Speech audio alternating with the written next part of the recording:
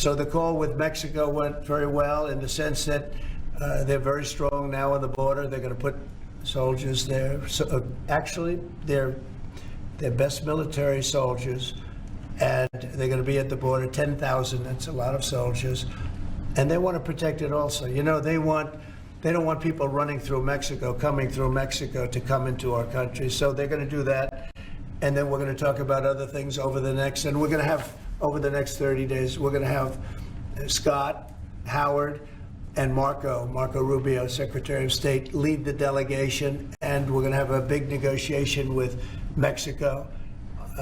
I'll be involved too, and President Sheinbaum will be involved to see whether or not we can work something out on the tariffs. China's involved with the Panama Canal. They won't be for long, and that's the way it has to be. Marco just got back, as you know. He's in the process of coming back. I guess he's almost back by now. And he had a very long conversation with the leader of Panama, the respected man, and some others, the entire leadership group. And we're trying to work a deal on the Panama Canal. The Panama Canal was given foolishly years ago it shouldn't have been happened, years ago to Panama, like Jimmy Carter and the group. We lost 38,000 people building the Panama Canal, like one of the great wonders of the world. It's the biggest job we've ever built, the biggest project we've ever built in this country, dollar-wise and every other way. 38,000 people died, Americans, all men, just about, laborers and construction people. They went to Panama. The mosquito got them. Between mosquito and snakes, we lost 38,000 people. It was the most expensive project ever built by the United States. The biggest, most expensive project we ever built 110 years ago. If you bring it up to now, it would have been the equivalent of $2 trillion. The most expensive we ever built, and we gave it away for $1, okay? We gave it away essentially for nothing. And we either want it back, or we're going to get something very strong, or we're going to take it back. And China will be dealt with. And we didn't give that to China. We gave it to Panama. We shouldn't have given it to Panama. But Panama, as you know, has violated the agreement, totally violated the agreement. So that's in the process right now. But they did have a very good meeting with the head of Panama. We're going to meet with Panama on Friday at about 3:30 in the afternoon by phone, and maybe there'll be some representatives at, here or there. But we're going to be talking to Panama on Friday, essentially. And they've agreed to certain things, but I'm not happy with it. We have massive deficits with the European Union, massive, like $350 billion, if you can believe it. They don't take our farm product. They don't take our cars. They don't take almost anything, but we take their cars. We have millions of cars coming in, BMW and Mercedes-Benz and Volkswagen and just so many different cars, and we don't do anything about that. And we don't charge them tariffs. They make it impossible to sell cars in the European Union. They make it very difficult, agricultural product. They actually don't take it. And they have a lot of excuses. Some of them are the pesticides and the different chemicals used. And Bobby Kennedy actually is looking at that very, very seriously, because maybe it's not necessary to use all of that. We want to be the healthiest country, and we're not. We spend more money on food than anybody else in terms of its creation, but we're not the healthiest country. So maybe there is something to the fact that we shouldn't be using so much chemical, and maybe that'll stop. But Bobby Kennedy is the one, because he is not a believer in all of the things we have done, and neither are the Europeans. So we'll see what happens. But they use it as an excuse not to buy our product. And I asked a couple of the leaders, I don't want to use names, but how many Chevrolets or Fords do you see in the middle of Munich? And the answer is none, because they don't take any cars. They don't take anything. So the European has abused the United States for years, and they can't do that. And they want to make a deal. Let me tell you, in all cases, they all want to make deals.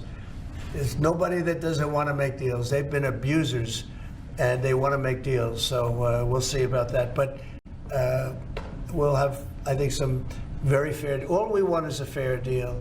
And you know, there's a word, reciprocal.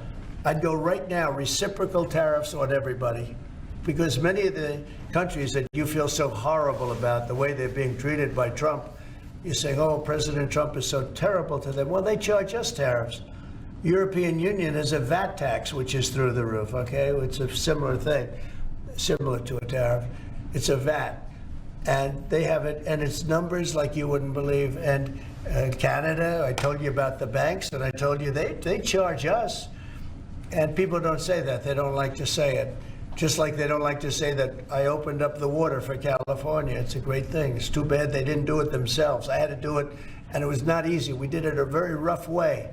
And I didn't like to do it a rough way. We shouldn't have to do it a rough way. But a lot of these countries that we're talking about, you know, they're so-called allies, but they don't treat us well. And just like I got $420 billion, and now it's actually over $600 billion, the Secretary General of NATO came in 2 weeks ago, and he said it was a miracle when Trump came in, when President Trump came into NATO. He said it was $636 billion by saying to them, no, you have to pay. And if you don't pay, we're not going to be there for you. You know, somebody has to say it, and they paid. And it was a large amount of money. And one of the problems we have with the Russia-Ukraine situation is that we want to see some equalization, because we're in for close to $300 billion, and they're in for $200 billion less. Why are they in for less?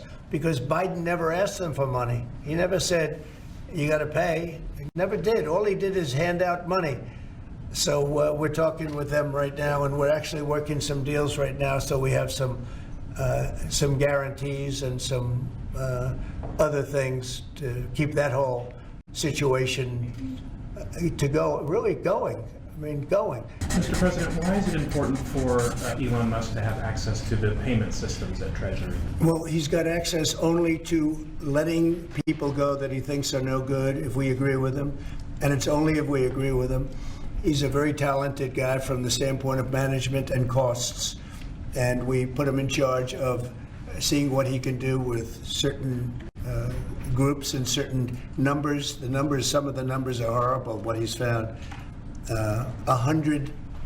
Think of it, $100 million on condoms to Hamas, and many other things that are frankly even more ridiculous. And they're finding tremendous waste, really waste, more than anything else, I think you could say. Probably fraud and abuse could be added to it, the more standard waste, fraud, and abuse. But they're finding tremendous amounts of really bad things, bad spending. You've been writing about some of it, frankly, and some of the things that they've been doing is just terrible. Elon can't do and won't do anything without our approval, and we'll give him the approval where appropriate. Where not appropriate, we won't. But he reports in, and it's something that he feels very strongly about, and I'm impressed because he's running, obviously, a big company. It has nothing to do, if there's a conflict, that we won't let him get near it. But he does have a good natural instinct. He's got a team of very talented people. We're trying to shrink government, and he can probably shrink it as well as anybody else, if not better. Where we think there's a conflict or there's a problem, we won't let him go near it. But he has some very good ideas, and we have a lot of very other talented people also. We're bringing in the most talented people in the world. The FBI was a very corrupt institution, and I'm a victim of it in a true sense. I was able to beat it, but other people have been treated horribly. I think the FBI had a great reputation. I think its reputation was really damaged badly, as is DOJ. Now, look at what they've done in terms of weaponization. Look at what they've done to a political opponent. Probably got me elected by what they did, or I think I was doing well anyway, but they might have got me elected.